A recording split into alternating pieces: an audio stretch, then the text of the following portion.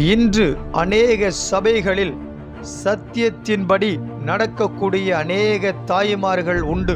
அதுபோல வேதத்தில் சத்தியத்தின்படி வாழ்ந்து அநேகரால் நேசிக்கப்பட்ட தாய் யார்?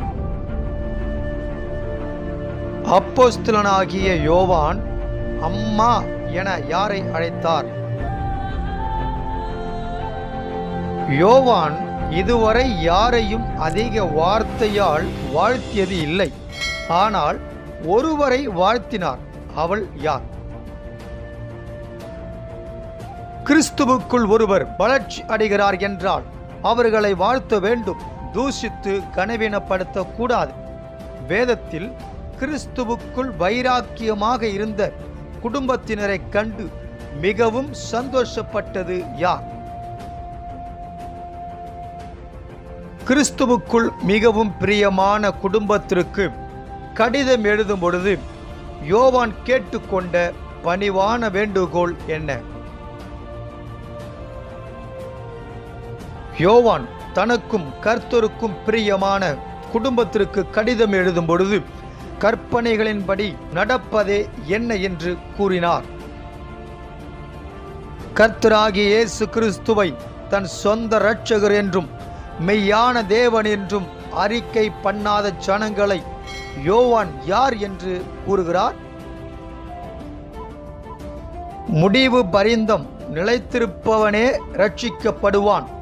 ஆரம்ப காலத்தில் நல்ல விசுவாசமும் வைராக்கியமும் உடையவனாயிருந்து கடைசி காலத்தில் பாவத்தில் விழுந்து விடாதபடி எச்சரிக்கையாயிருங்கள் என கூறியவர் யார்? பிதாவை நேசித்து குமாரனை நேசிக்காவிட்டாலும் குமாரனை நேசித்து பிதாவை நேசிக்காவிட்டாலும் நாம் எதில் நிலைத்திராமல் யாருடையவர்களாக இருக்க முடியாது என வேதம் கூறுகிறது. பிதா, குமாரன், பரிசுத்த ஆவி ஆகிய மூன்றையும் ஏற்றுக்கொண்டு ஊழியம் செய்கிறவர்களை உங்கள் வீட்டிலே ஏற்றுக்கொள்ளுங்கள். அப்படி இல்லை என்றால் ஏற்றுக்கொள்ள வேண்டாம் என கூறிய மூப்பர் யார்? தவறான உபதேசங்களை போதிக்கிறவர்களிடம் தொடர்பு வைத்துக் கொள்ளாமலும் வாழ்த்துதல் கூட சொல்லாமலும் இருங்கள் என யோவான் ஏன் கூறினார்?